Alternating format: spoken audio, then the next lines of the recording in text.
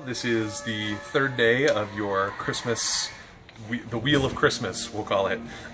Today we're going to be talking about the Gathering Storm, and so we've gathered in front of some storm doors to be sort of thematically appropriate here. So, the last 2,000-page books that we've read through have hinted that this book might be the final battle. I'm going to go out on the limb and say it's probably not, since there's two more books, but it might be. I guess we'll find out in just a few moments here. So, starting things off, Rand gets captured, of course, because everybody gets captured here, by the Forsaken that he captured before.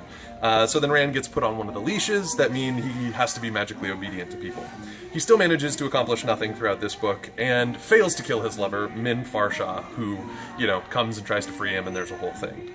He uses the true power, which as we know is different from the one power, because the true power is given by the Dark One, and the one power is given by Santa Claus or whatever, and so apparently that makes a specific difference somehow. But he resolves himself to be even less emotional, and, as we can safely predict, effective also as this book goes on.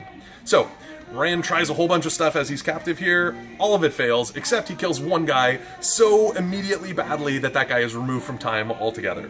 So he's sad and angry about failing to do anything, and he decides to kill himself, which he also fails to do, because he's really kind of just terrible at everything by this point in the book. So he decides instead he's going to use a magical item that we've never heard about before this point, but he's totally had all along, to just destroy the entire world. And surprise, surprise, he fails to do that too, and in the process destroys this magic item, thus assuming no one else will ever be able to use that magic item to do anything effective with it either. So, to point, no one has accomplished anything with anything they've tried to do, except he killed one guy so badly he removed him from time, which is, I mean, that's something, I guess. So next, the Shan attack the Aes Sedai in the White Tower, whereas you'll remember, Egwene has been sort of slowly convincing people to feel bad about themselves and trust her, so she's been arguing that with these people and doing nothing there, and then the Shan show up, and they also fail to do anything because Egwene manages to grab like 4 apprentices or something and drive back the entire invading army, thus ensuring that further nothing happens.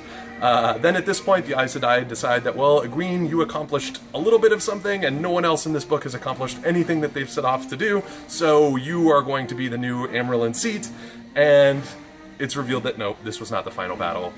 Nobody is surprised. This whole book had nothing that happened in it.